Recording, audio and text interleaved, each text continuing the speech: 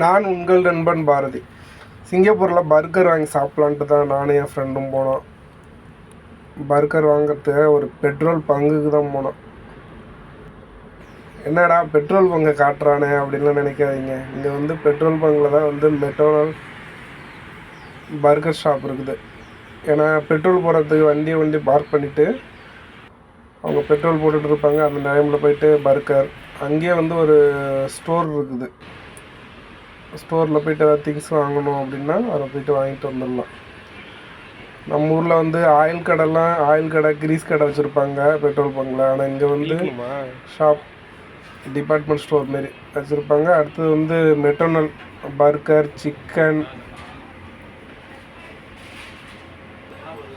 இந்த பெட்ரோல் பங்கில் எல்லா பெட்ரோல் பங்க்லையும் மேக்ஸிமாகவே சிங்கப்பூரில் வந்து இந்த மாதிரி தான் இருக்கும்.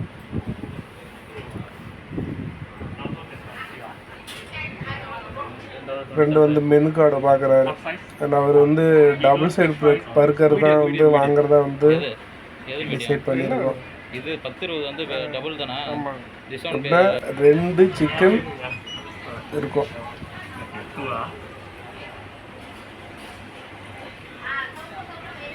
இதுமாதிரி பெட்ரோல் போட்டுட்டு வண்டி நிப்பாட்டிட்டு அப்படியே வந்து ஏதாவது பர்ச்சேசிங் பண்ணணும் அப்படின்னா ஏதாவது பர்ச்சேஸ் பண்ணிட்டு போகலாம்.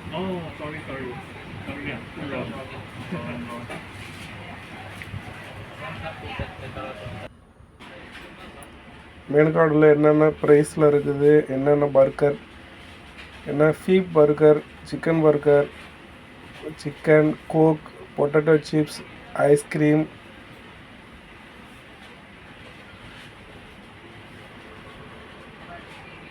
இந்த மெனு கார்டில் வந்து என்னென்ன வேணுமோ அதெல்லாம் நம்ம வந்து செலக்ட் பண்ணி அவங்கள்ட்ட சொல்லிட்டு அவங்க வந்து பில் போட்டு வந்துடுவாங்க. பில் போட்டு அடுத்த ஒரு 5 நிமிஷத்துலேயே வந்து பார்சல் வந்துடும். பர்கருக்கு வந்து சில்லி சாஸ் நம்ம வந்து கேட்டு வாங்கிக்கணும். 2 கோக்கு, 2 பர்கர், 2 பொட்டேட்டோ சிப்ஸு, அப்புறம் சில்லி சாஸ். அவ்வளோதான். அப்படியே ஒரு பார்க்கில் போய்ட்டு அப்படியே உட்காந்து சாப்பிட்றோம்.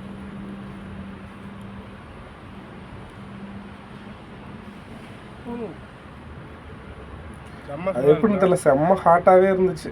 போயிட்டு ஒரு 5 நிமிஷம் கூட இல்லை, பில் போட்ட உடனே ரிட்டன் உடனே வந்துச்சு. ஆனால் திங்ஸ்லாம் பார்த்தீங்கன்னா செம்ம ஹாட்டு.